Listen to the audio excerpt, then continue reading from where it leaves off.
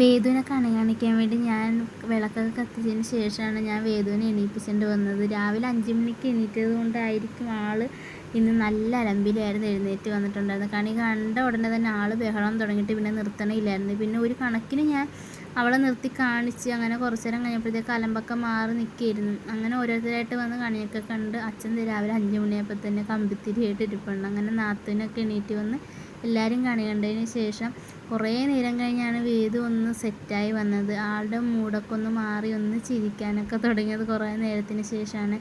അങ്ങനെ ഞാൻ എൻ്റെ ദൗത്യത്തിലേക്ക് കടന്നിട്ടുണ്ട്. രാവിലെ തന്നെ വിഷുക്കഞ്ഞിക്കുള്ള എല്ലാം സെറ്റാക്കി വെച്ച്, കാരണം എനിക്ക് രാവിലെ വേദന കൊണ്ട് അമ്പലത്തിൽ പോകേണ്ടതുകൊണ്ട് ഞാൻ വെളുപ്പിനെ തന്നെ എല്ലാം റെഡിയാക്കിയിട്ടുണ്ടായിരുന്നു. അങ്ങനെ വെട്ടം വീണ് കഴിഞ്ഞപ്പോഴത്തേക്കും തന്നെ ഞാനും എൻ്റെ നാത്തന്മാരും കൂടിയാണ് പോയത്. അങ്ങനെ എനിക്ക് ആ ഒരു സമയത്ത് എൻ്റെ കല്യാണത്തിന് മുന്നേ ഞങ്ങൾ ഫ്രണ്ട്സിനെയൊക്കെ എനിക്ക് ഒരുപാട് മിസ് ചെയ്തു. കാരണം ഞങ്ങൾ എല്ലാ വർഷവും വിഷുവിന് ഞങ്ങളെല്ലാവരും ഒരുമിച്ചായിരിക്കും അമ്പലത്തിൽ പോകുന്നുണ്ടായിരിക്കും.